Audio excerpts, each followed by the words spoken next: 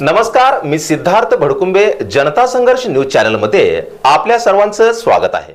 महाविकास आघाडीचे तोंडाला काळ्या फिती बांधून मूक आंदोलन। बदलापूर येथे झालेल्या घटनेच्या निषेधार्थ महाविकास आघाडीने महाराष्ट्र बंदची हाक दिली होती।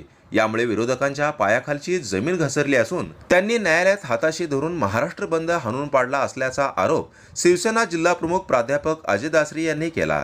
शनिवारी महाविकास आघाडीमधील काँग्रेस, राष्ट्रवादी शरदचंद्र पवार काँग्रेस पार्टी, शिवसेना उद्धव बाळासाहेब ठाकरे पक्ष, कम्युनिस्ट आदी सर्व पक्षाच्या वतीने जिल्हा परिषद पूनम गेटे येथे तोंडाला काळ्या फिती बांधून मूक निषेध आंदोलन करण्यात आले। आपण जरी बंद करत नसलो तरी तोंडाला काळ्या फिती बांधून मूक आंदोलन करावं असे शिवसेना प्रमुख उद्धव ठाकरे यांनी शिवसैनिकांना आदेश दिले होते।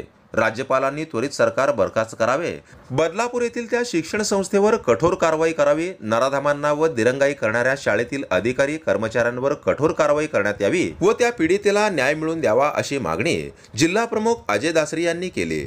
यावेळी उपनेत्या अस्मिता गायकवाड, काँग्रेसचे चेतन नरोटे, राष्ट्रवादीचे सुधीर खरटमल, कम्युनिस्ट पक्षाचे अडम मास्तर, शिवसेना जिल्हा प्रमुख गणेश वानकर, उपजिल्हा प्रमुख प्रताप चव्हाण, दत्ता गणेशकर, शहर संपर्क प्रमुख दत्तापंत वानकर, भैया धारावशेकर, कामगार सेना अध्यक्ष विष्णू कारंपुरी, दत्तात्रय माने, दत्तात्रय गणेशकर, जगदीश कलकेरी, अमित भोसले, नाना मोरे, अजय खांडेकर, विवेक कंदकुरे, संताजी भोळे, नरेश गंजी, रेवण पुराणिक, रेवण बुक्कानोरे, अनिल दंडगुले, सुरेश शिंदे आदी उपस्थित होते।